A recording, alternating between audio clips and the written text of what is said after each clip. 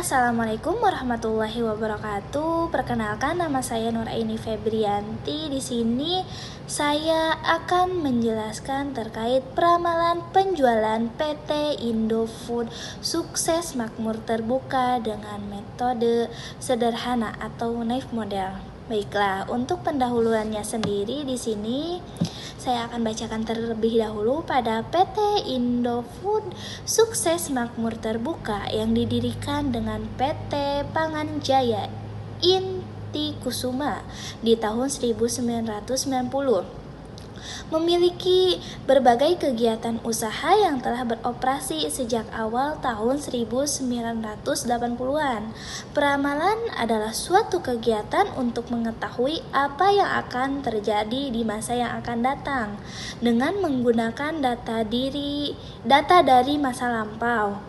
Indofood merupakan sebuah perusahaan total food solution dengan kegiatan operasional yang mencakup seluruh tahapan proses produksi makanan, mulai dari produksi dan pengolahan bahan baku hingga menjadi produk akhir yang tersedia di pasar. Indofood dikenal sebagai perusahaan yang mapan dan terkemuka di setiap kategori bisnisnya. Dalam menjalankan kegiatan operasionalnya, Indofood memperoleh manfaat dari skala ekonomi serta ketangguhan model bisnisnya yang terdiri dari 4 kelompok usaha strategis yang saling melengkapi, yaitu produk konsumen bermerek, Bongasari, agribisnis, dan distribusi. Dalam menentukan target dan meramalkan penjualan produk pada bulan-bulan berikutnya, perusahaan dapat memanfaatkan data tersebut, misalnya dalam menentukan banyaknya perhitungan dengan beberapa metode peramalan time series dan dengan menghitung galat atau error tiap metodenya. Untuk peramalan ini juga digunakan sebagai alat bantu yang penting dalam sebuah perencanaan yang efektif. Dalam menghitung peramalan, hal yang penting adalah bagaimana cara kita memahami karakteristik suatu metode yang akan digunakan dalam peramalan tersebut agar sesuai dengan situasi pengambilan keputusan. Hasil peramalan yang dibuat sangat tergantung pada metode yang digunakan dalam peramalan tersebut. Dengan metode yang berbeda akan diperoleh hasil peramalan yang berbeda pula. Pada dasarnya, metode peramalan kuantitatif ini dapat dibedakan atas 2 bagian, yaitu metode deret waktu atau time series dan metode sebab akibat atau kausal. Baik, untuk metode time series adalah metode yang dipergunakan untuk menganalisis serangkaian data yang merupakan fungsi dari waktu. Metode ini mengasumsikan beberapa pola atau kombinasi. Pola selalu berlubang sepanjang waktu dan pola dasarnya dapat diidentifikasi semata-mata atas dasar data historis menurut Ishak 2020. Adapun metode peramalan yang termasuk dalam metode time series adalah metode pendekatan knife model atau moving average atau metode eksponensial atau smoothing dan metode trend projection. Baik, untuk knife model sendiri merupakan metode peramalan yang sangat sederhana, di mana metode ini sering digunakan sebagai pembanding karena kemudahan dalam memperoleh hasil peramalan. Itu menurut Hake 2003 dalam Teresia ORP Rossi S.W 2004 halaman 404. Assalamualaikum warahmatullahi wabarakatuh. Perkenalkan, nama saya Messi Rosalia, NIM 1444. Di sini saya akan melanjutkan presentasi dari teman saya. Selanjutnya adalah metode penelitian. Teknik peramalan yang digunakan menggunakan deskriptif kuantitatif. Menurut Makridakis et Al 1991 dalam Haryanto Tanuwijaya 2010. Peramalan kuantitatif dapat dilakukan apabila terdapat 3 kondisi, yaitu yang pertama, tersedia informasi masa lalu, yang kedua, informasi tersebut dapat dikuantitatifkan dalam bentuk data numerik, dan yang ketiga, data diasumsikan bahwa beberapa aspek pola masa lalu akan terus berlanjut di masa mendatang. Peramalan dengan metode yang bersifat kuantitatif memanfaatkan berbagai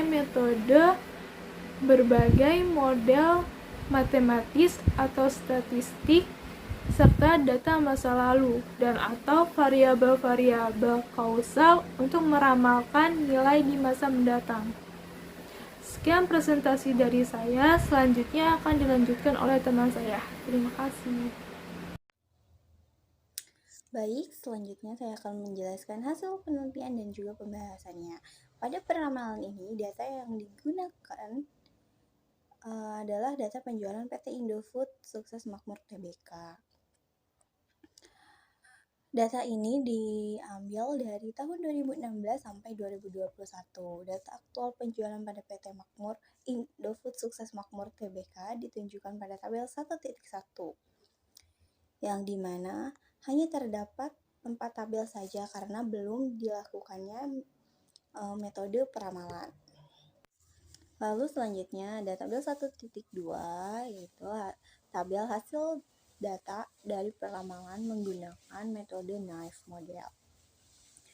Di sini terdapat dari tahun 2016 sampai 2021 di kuartal 1 sampai dengan 4. Setelah dihitung terdapat di data stasioner yang dihitungnya menggunakan metode Naive Model. Metode Naive Model yakni adalah nilai data aktual periode T yang menjadi nilai peramalan untuk data selanjutnya.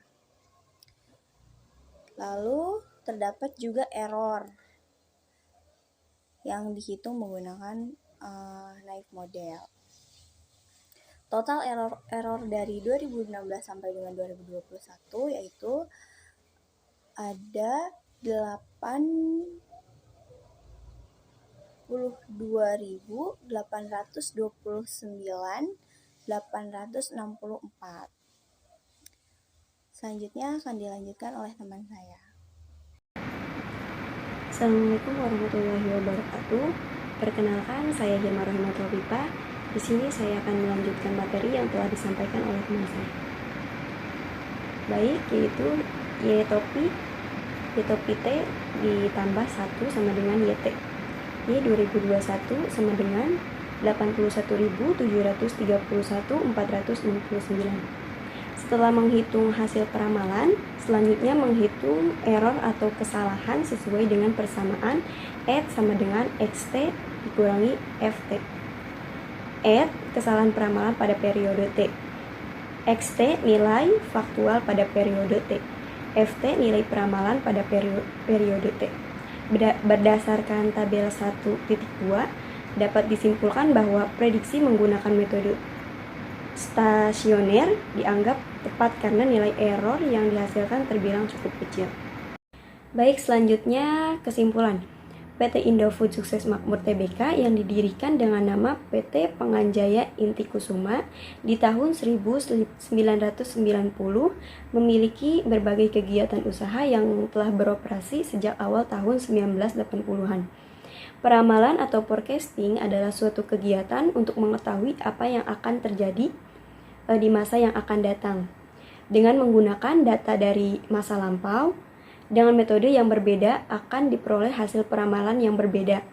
Pada dasarnya, metode peramalan kuantitatif ini dapat dibedakan atas 2 bagian, yaitu metode deret waktu atau time series dan metode sebab akibat atau kausal. Adapun metode peramalan yang termasuk dalam model time series adalah metode pendekatan naif metode moving averages, metode exponential smoothing, dan metode trend projection.